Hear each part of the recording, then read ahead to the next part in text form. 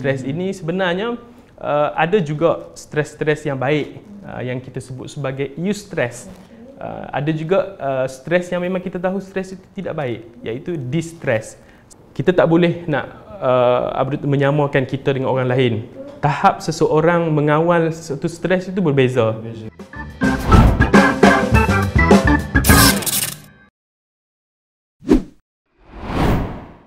Bismillahirrahmanirrahim. Assalamualaikum warahmatullahi wabarakatuh.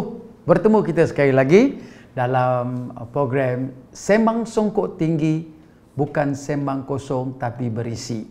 Jadi seperti biasalah pada penonton kita, kali ini banyak topik-topik yang akan kita bawa dari masa ke semasa yang cukup berguna untuk menjadi pedoman hidup kita yang dapat kita berkongsi bersama-sama dalam masa kita dalam program ini. Jadi kepada para penonton kita juga dimintalah untuk terus istiqomah hingga ke akhir program kita supaya ada benda yang dapat kita berkongsi, menjadikan sebagai panduan dalam hidup kita, dan juga kita boleh berkongsi dengan para pendengar kita. Betul, dan jangan sebelum kita nak lanjutkan lagi Bapak, kau dapat semua daripada kita ni like, share dan juga subscribe. Seperti mana telah tertera di skrin anda, insya-Allah. Jadi kalau nak komen pun kita ada sediakan ruangan untuk komen supaya kita dapat terus menerus menghubungi antara satu sama lain, dan kita akan terus bersama dengan pengacara kita sama tetamu kita dengan tajuknya tak biasa kita alami, tetapi kita anggap benda tu remeh, tetapi bila kita kupas nanti mungkin ada benda yang kita akan dapat kutip menjadi benda yang tersirat dan tersurat dalam perbincangan kami nanti, iaitu pengurusan stres. Kita nak healing. Macam mana healing? Kita dengar sana sini healing macam mana kan? Stres kita kan budak-budak kecil kalau suruh daripada budak sekolah lagi suruh itu suruh ini, belajar ini alah stres betul lah. Apa dia stres tu? Ya, itulah dia kita bawakan kepada anda istimewa hari ini. Dia telah berada bersama dengan kami, iaitu Encik Muaz Abdullah yang merupakan kaunselor Yayasan Easy Prihatin. Assalamualaikum. Waalaikumsalam. Selamat datang. Okey, kita nak cerita berkenaan dengan pengurusan stres ni. Kita nak tahu dulu apakah itu stres dan bagaimana untuk kita nak tahu seseorang itu stres. Stres macam tadi bapak kita stres. Apa tu stres? Macam dia kata kan betul kan kau ni stres kan? Jadi apakah dan bagaimana kita tahu? Keluar perkataan stres. Okey, baik. Bismillahirrahmanirrahim.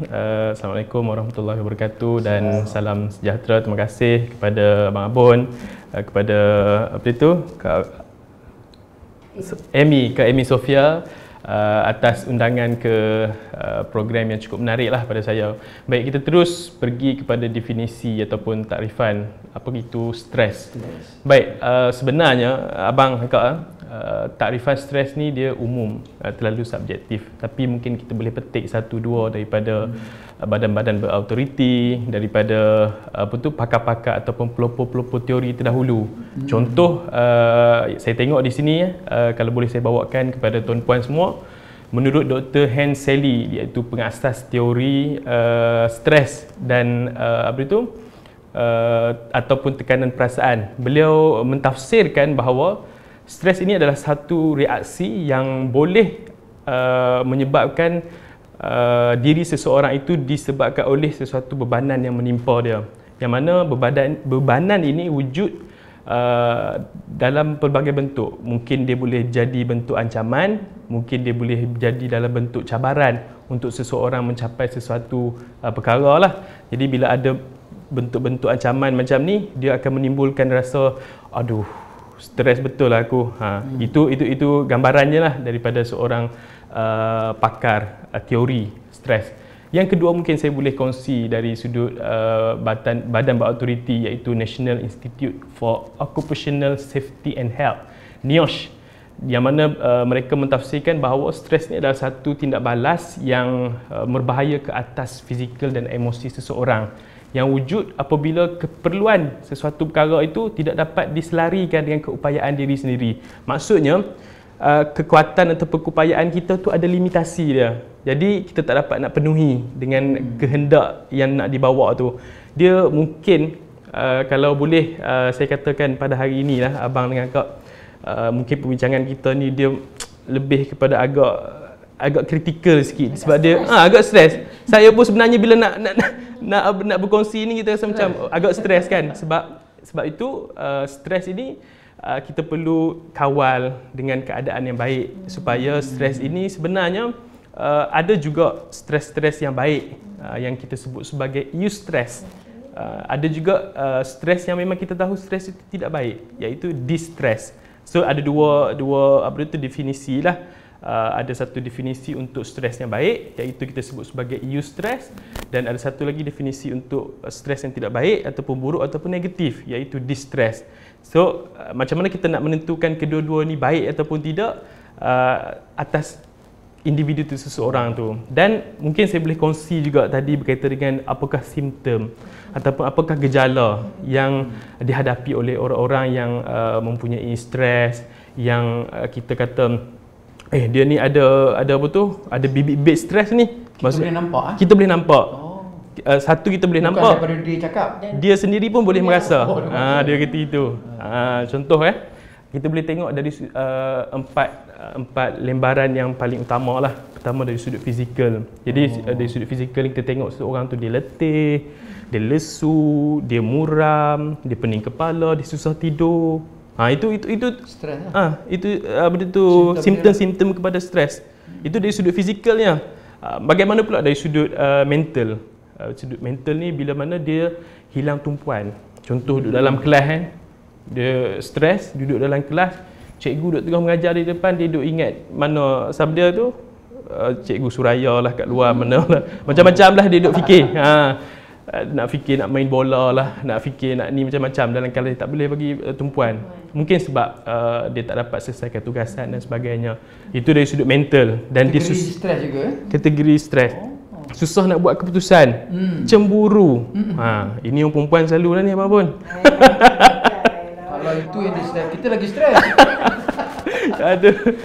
Itu dari sudut fizikal, mental. Dan kita boleh kongsi juga berkaitan dengan macam mana dari sudut emosi seseorang. Emosi ni pula kita boleh tengok dari sudut dia resah, gelisah, dia rasa macam gemuruh kan. Dia rasa macam tak boleh aku tak ada. Kadang-kadang ada berdebar-debar. Yes, betul. Itu type, itu simptom kepada stres itu sendiri. Dan yang terakhir dari sudut tingkah laku, maksudnya behavior lah, dari sudut bahasa sains dia tu behavior. Dia ni vandalism, suka merokok, mungkin ada benda-benda yang nak dilepaskan daripada stres yang dialami tu. Mungkin dia vape, dia merokok, itu adalah keadaan yang boleh menghilangkan dia punya stres. Itulah. Tapi macam healing apa semua tu, itu bukanlah macam kita kata benda tu stres, tapi itu adalah kaedah untuk kita mengembalikan suasana yang boleh memberikan kegembiraan kepada kita. Dia lebih kepada saya kupas sekejap lagi, tapi di soalan yang nanti-nantilah. Itu antara simptom dia. Kalau dengar daripada apa yang Muaz cakap tadi, stres ni ada pada semua orang lah. Betul. Dia kiranya stres ni, kalau orang tu kata dia tak stres, dia tak normal. Tak normal. Kita kalau katakan duit tak ada, nak beli barang itu, nak beli ini tak lepas, ini tak lepas, stres lah tu. Itu stres. Tapi kalau dia kata tak stres pun, memang dia tak normal. Dia analogi dia mudah gini tau. Dia cakap macam ni. Seseorang tu kalau dia cakap dia tak normal, dia sama macam orang tu dia kata dia tak ada lemak. Saya ni mungkin, saya memang ada lemak. Abang Abun pun ada lemak. Tapi sejauh mana lemak Abang Abun dengan sejauh mana banyaknya lemak saya. Maknanya semua orang ada stres. Sejauh mana stres itu dapat dihadapi dan juga dia tangani macam mana. Analogi dia macam ginilah. Orang gila tidak akan mengaku dia gila. Okeylah, kalau stres tu maknanya kita tak boleh pandang remeh agaknya, sebab dengan kajiannya yang lama, kena kata ada dia punya kupasannya, pembincangan antara pakar-pakar. Jadi adakah stres ni baik untuk kita? Stres macam saya sebut tadi, ada stres yang baik, Yang mana stres ini baik apabila dia memberi rangsangan kepada kita dan dia memberi satu motivasi kepada kita untuk menjadi ataupun mencipta kejayaan. Contoh, nak belajar. Contoh macam para pelajar stres sama belajar, tapi benda tu pada akhirnya akan memberi kejayaan. Kalau itu ditangani dengan betul lah. Kalau ditangani dengan betul. Maksudnya use stres ini adalah satu stres atau keadaan stres yang memberi kebaikan. Contoh lagi kita tengok macam seseorang tu kan, kalau di sektor pekerjaan lah, setiap tahun mungkin ada APC, anugerah pekerja terbaik kan. Oh, stres lah nak siapkan fail ni, nak siapkan ni apa semua kan. Tapi pada akhirnya ada kejayaan yang nak dicapai. Itu adalah cemerlang. Yes, betul, khidmat cemerlang. Itu adalah apa itu perkara-perkara yang nak dicapai, cabaran dan objektif yang dia nak capai tu. Okey, aku ada sasaran, aku nak jadi pekerja yang baik, aku nak jadi pelajar yang baik. Dia akan memberi stres, aduh aku kena belajar, aku kena stay up, aku kena buat macam-macam kan. Tapi itu dia memberi kebaikan. Stres tu memberi kebaikan. Okey. Maknanya bagaimana kita memandang stres itu. Bagaimana kita memandang tekanan. Contoh, ada orang tekanan kehidupan dia. Jadi bagaimana dia menjadikan tekanan kehidupan dia itu sama ada dia nak berjaya ataupun dia nak hanyut dengan tekanan itu. Dan saya sangat setuju Bapak dan juga Muaz ada satu kata Arab yang diterjemahkan ke dalam bahasa Melayu. Tekanan kehidupan ni akan melahirkan kreativiti. Contohnya rakyat di Gaza kan, tekanan kehidupan, perang daripada ni membuatkan dia orang pandai untuk membina kreativiti, buat senjata sendiri dan sebagainya walaupun mempunyai kekurangan dan sebagainya. So jadi bagaimana kita melihat stres itu dan bagaimana kita menangani. Dan inilah dia, kita bawakan hari ni kena ada ilmu, kena ada ilmu menguruskan stres. Dia sukarelawan Palestin. Okey, jadi katalah macam saya kan, ada stres, benda kecil je tapi stres. Patut kita selesaikan ke ataupun tak apalah, abaikanlah, benda kecil je. Atau takut-takut kan nanti kan meletup kan. Jadi kecil ni kalau dicampur besar jadinya. Betul. Bukan dia je, aku pun stres juga tengok. Betul. Maksudnya stres ini kita terus kepada soalan tu kan. Contoh kalau benda-benda yang kecil, contoh benda-benda yang remeh-temeh lah, kawan tegur sikit kan, ni benda tu kasut ni sepatutnya susun macam ni, jangan susun kiri. Sebab kita kena faham manusia itu unik apa pun. Ada orang dia jenis yang orang panggil apa tu, kalau tak silap saya OCD, Obsessive Compulsive Disorder. Dia jenis macam dia penyakit mental apa semua tu kan, nak teliti. Ini kod ni tak boleh kedut kan, kena betul-betul ni kan. Kita pun stres tengok dia. Kita pun stres tengok dia. Jadi tengok dapat rakan sekerja ataupun rakan kelas macam tu kan. Jadi kita kod mana pun kita kena sama-sama bantulah kat situ kan. Jadi macam kita yang menghadapi rakan-rakan macam tu, mungkin itu memberi stres kepada kita kan, tapi kita pendam. Kita tengok satu hari dia akan meletup. Sebab tu kalau kita tengok macam kita menabung kan, kupang satu sen, 2, 3, 4 sen apa semua, pada akhir dia akan menjadi bukit juga kan. Macam tu juga perasaan dia apabila di-create, ditambah, pada akhirnya dia akan meletuplah satu hari. Dan bila dia meletup, dia akan memberi kesan yang berpanjangan. Macam-macam lah kesan tu.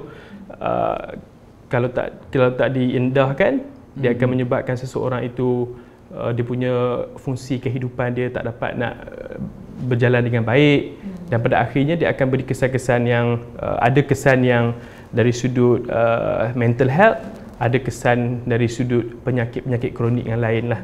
Sedangkan simptom-simptom stres tu kita dah tahu. Betul. Kita dah nampak. Betul. So kita kena bantulah. Betul. Dan kita sendiri macam orang-orang yang stres kena ambil pendekatan sendirilah. Kena pergi cari kawan.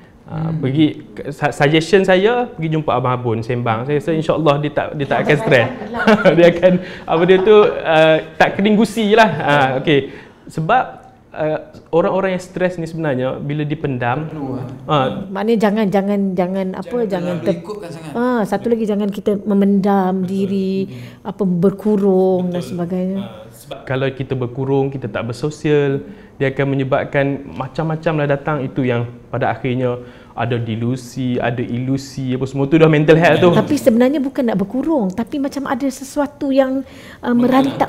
Betul. Sebabnya dia rasa macam lack of motivation sebenarnya. Seseorang yang bila dia stres, yang terlampau sangat dah. Jadi dia ambil masa tak ada masalah abang pun. Akak, kita ambil masa untuk kita healing, kita bersendirian. Tapi kalau kita bersendirian dalam tempoh masa yang terlalu panjang, dia ada tempoh masa dia. Contoh kalau ada saya punya kawan ataupun saya punya klien sebelum ni kan, dia dia nak duduk dalam bilik, nak berkurung seorang-seorang, tak ada masalah. Untuk nak rasa macam aku nak berseorangan, Give me time. me time kan, memang perlu. Tapi kalau berpanjangan, dia dah jadi type ataupun simptom kepada masalah-masalah kesihatan mental yang lain lah. Sebab dari situ bila kita ni kalau macam orang muda macam kita ni abang kan, macam kita ni kalau kita lagi stres Dari pemuda saya remaja. kalau kita macam umur-umur remaja ni, kalau tak keluar rumah tu kita rasa macam tak boleh duduk. Memang kena keluar, bersembang, bersosial dan sebagainya kan. Tapi kalau masa itu kita tak manfaatkan, kita duduk seorang berpanjangan selama 2 minggu, itu dah masuk kepada simptom-simptom kepada stres, kepada kebimbangan dan sebagainya. Dan sebab itu saya sebutkan tadi, kalau kita pendam, dia akan membesar benda tu.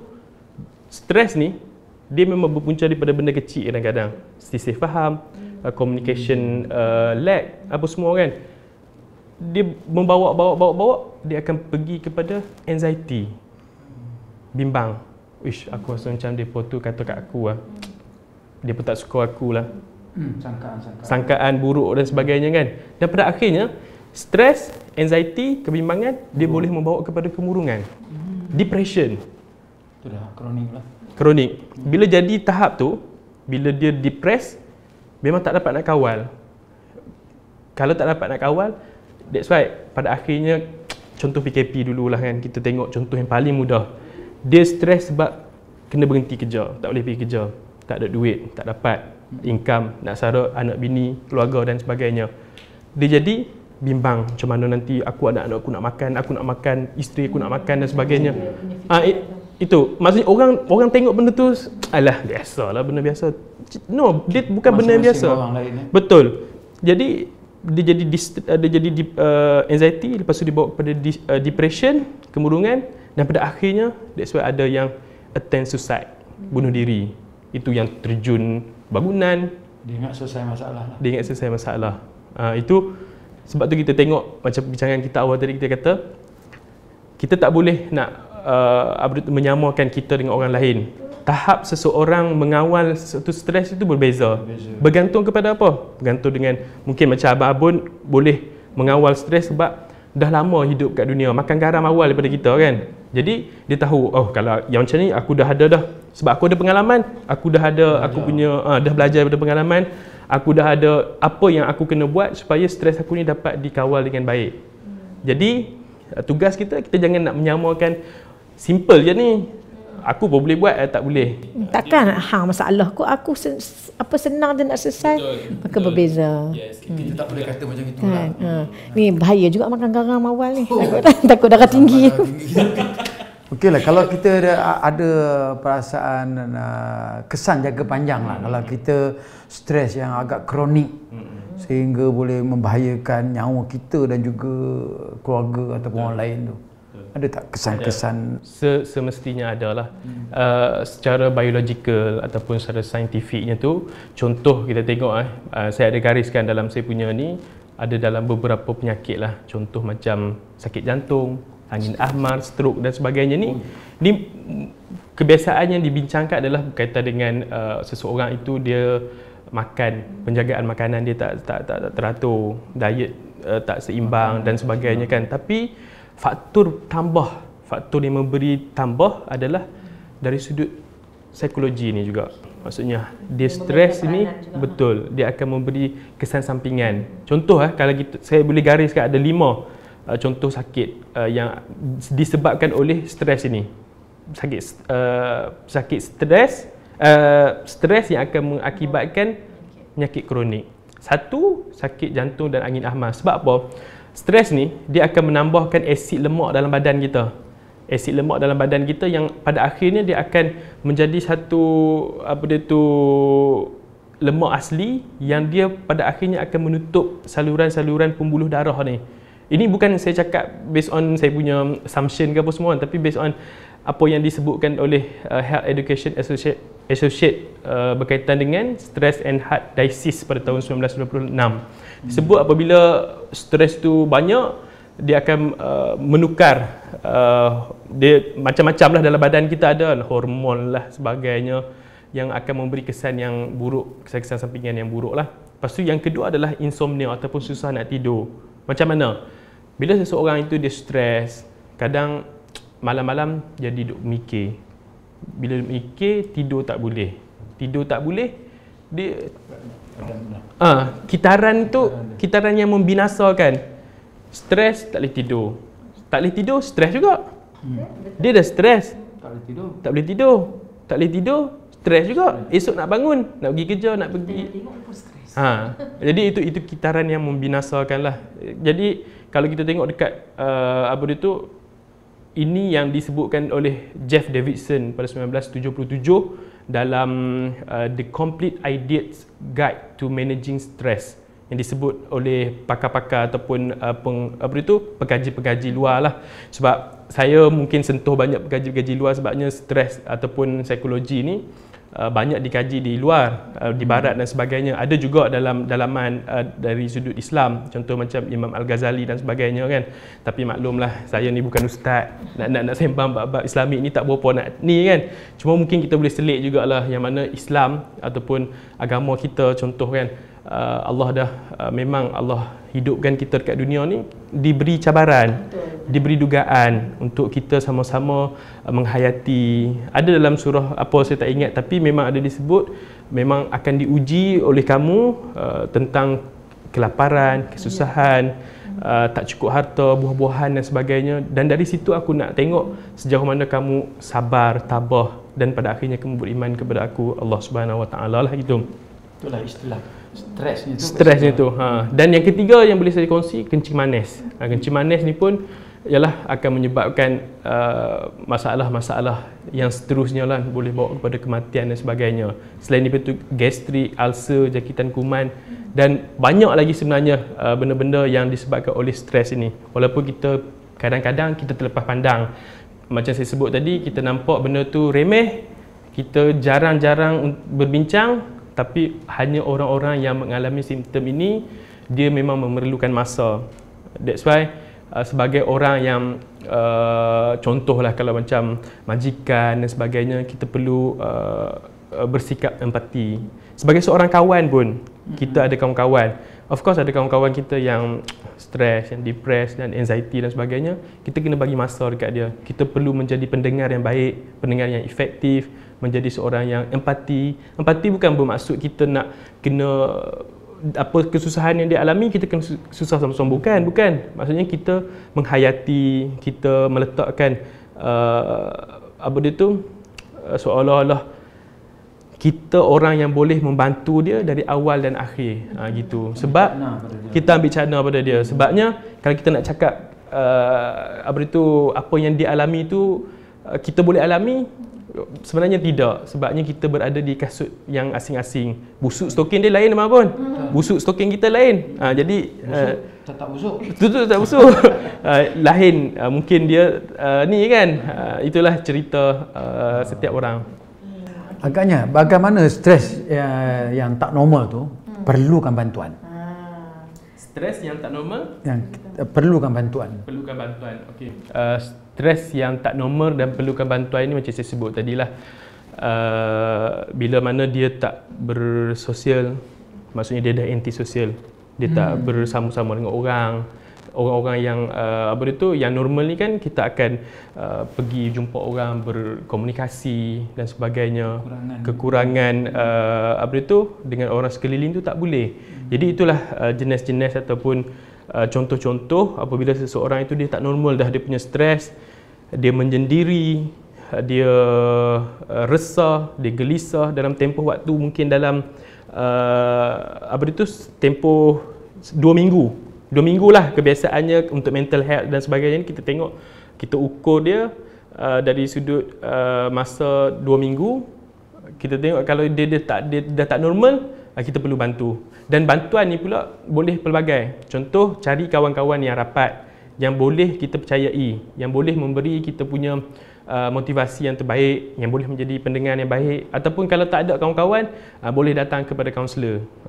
Kena datang kepada kaunselor untuk dapatkan nasihat, untuk dapatkan perkongsian bagaimana nak menangani isu-isu yang dialami, macam tu. Okey, bila nak kata cerita nak pergi kepada kaunselor ni, nak cerita kita rasa takut. Takut nanti kita ni didiagnose sakit mental ke dan sebagainya. Oh, rujuk psikiatris. Oh, memang kalau rujuk psikiatris ni memang gila ni ha. Jadi aduh kan. Jadi itu dan lain macam lah tu kan. Jadi apakah ini salah satu penyakit mental ataupun sebenarnya tak ada masalah pun kalau sakit mental, tetapi kita perlu rawat supaya dia tidak memudaratkan diri kita dan juga orang lain. Betul. Contoh kita nak sambung sikit, dia mungkin kalau dia pergi ke doktor atau dirujuk ke pakar kesihatan, dia bagi makan pil penenang. Jadi berlebih-lebih pula. Dah gila dah dan dia lagi stres dia. Okey, pertamanya mungkin saya boleh mengalih pandangan tuan-tuan para host. Satu norma yang ditimbulkan oleh masyarakat dunia, bukan di Malaysia saja sebenarnya dibincangkan soal ni. Pergi jumpa kaunselor, hang ni ada masalah. Pergi jumpa doktor, psikiatris, hang ni ada sakit jiwa, sakit mental dan sebagainya kan. Sebenarnya ini adalah propaganda-propaganda dan normalisasi yang dibina. Dan benda ni sepatutnya kita harus benamkan. Sebab kita kena faham akar permasalahan itu apa. Orang itu diperlukan sokongan, orang itu diperlukan dukungan dan sebagainya. Jadi sebenarnya mendapat konsultasi, mendapat rawatan dan sebagainya itu adalah satu benda yang normal. Dia dah sakit, dia perlukan tempat untuk dia nak memulih. Jadi dia carilah tempat dia nak meluah, tempat dia nak gain dia punya kekuatan diri dia. Jadi golongan-golongan profesional macam kaunselor, macam psikiatris, inilah tempat-tempat yang patut dia pergi. Jadi kita kena faham keadaan orang itu dan macam saya sebut tadilah, isu ni sebenarnya dah jadi normalisasi masyarakat. Kita kena benamkan dan in fact dekat sekolah dululah kan, kebiasaannya sekolah lah.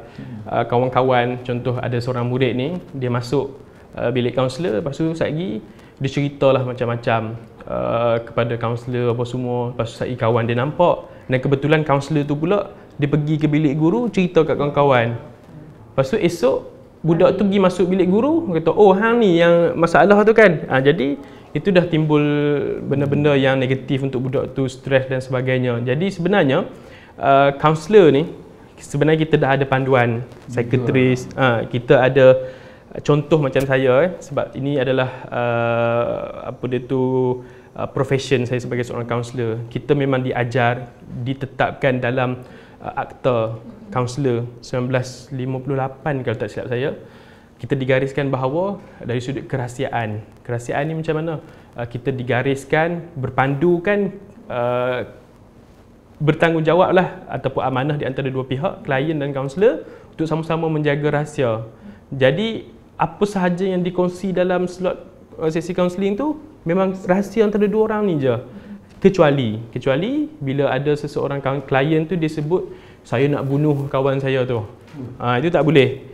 Itu dia dah menjadi satu ancaman dan dia dah melepasi limitasi, dan kita sebagai kaunselor kena rujuk kepada pihak berautoriti. Kalau kita buat rahsia tapi dalam kita punya report tu kan ada dia klien datang, dia dah menzahirkan dia punya hajat ataupun hasrat nak membunuh kawan dia ataupun nak membunuh diri dia sendiri pun. In fact bukan bunuh, nak mencederakan diri pun memang kena laporkan. Kalau tak lapor, nanti yang dicas tu bukannya klien, kaunselor tu kena. Itulah. Betul. Jadi berbalik pada soalan tadi, kita memang kena sama-samalah masyarakat dunia, khususnya dalam Malaysia dan sebagainya.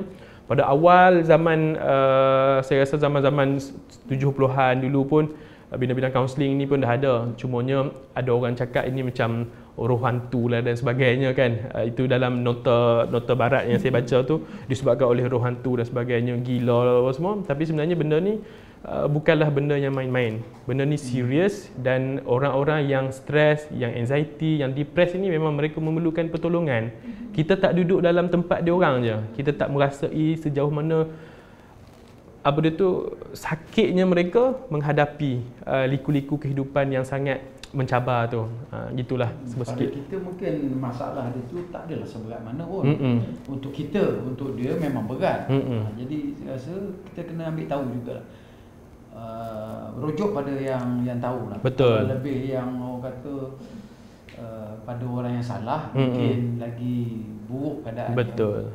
Sebab kita berkongsi supaya dengan hasrat kita dapat pandangan dia menjadi kekuatan kepada kita. Kita tak nak kita kongsi, lepas tu esok kita pergi sembang dengan tu dah terbocor dah rahsia kita kan. Tak syok lah. Itu dia, insyaAllah. Dan yang terakhir sekali, bagi menutup perbincangan kita berkenaan dengan healing, pengurusan stres ni, bagaimana nak membina ketahanan diri.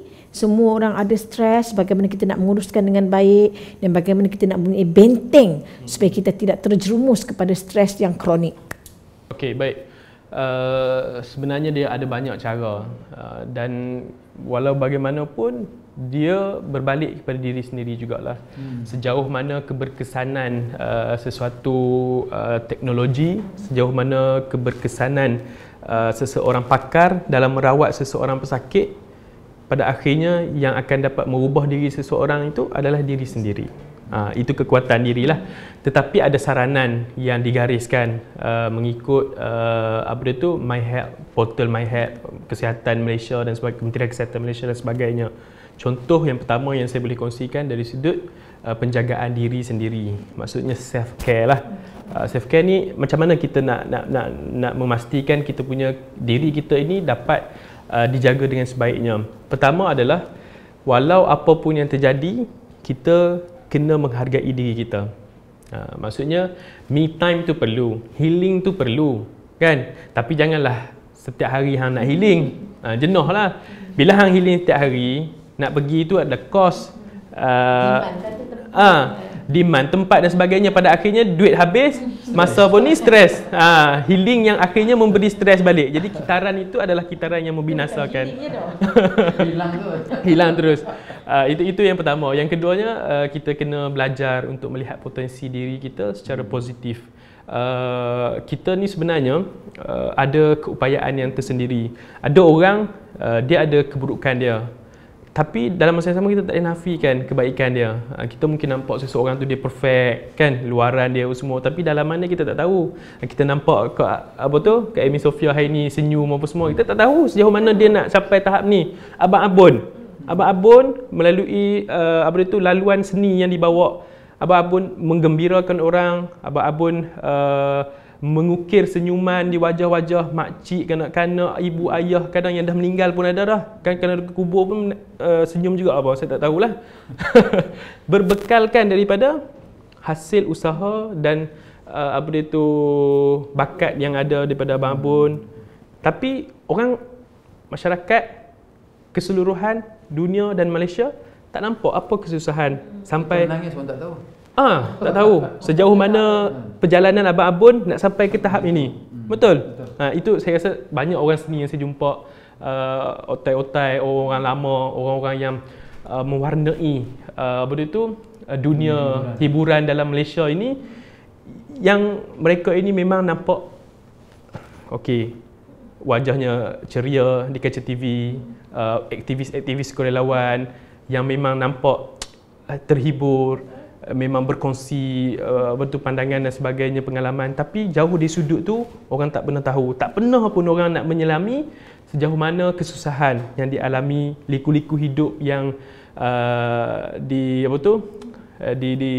dirasai sampai ke tahap yang orang nampak hasil je, tapi orang bangun pukul 3-4 pagi ni orang tak nampak kan. Abang Abon nak pergi konti, nak live, nak masuk set pukul 1, 2, 3, 4 pagi tak balik lagi, anak bini kat rumah masa itu dan sebagainya. Kalau nak cerita, saya rasa Abang Abon lagi arif lah bab tu. Seterusnya, kita perlu juga untuk menyesuaikan diri kita dalam kaedah untuk memperbaiki diri. Kita ada keburukan, kita ada kelemahan, tapi kita kena cari peluang-peluang baharu, peluang-peluang yang boleh kita jadikan itu satu kekuatan, sumber motivasi untuk kita lah. Mungkin kita berkomunikasi dengan orang, kita dapat kawan baru, kita pergi tempat baru, kita berhijrah dan sebagainya, itu akan menambah kebaikan untuk kita. Dan kita juga kena menukar persepsi kita terhadap sesuatu masalah.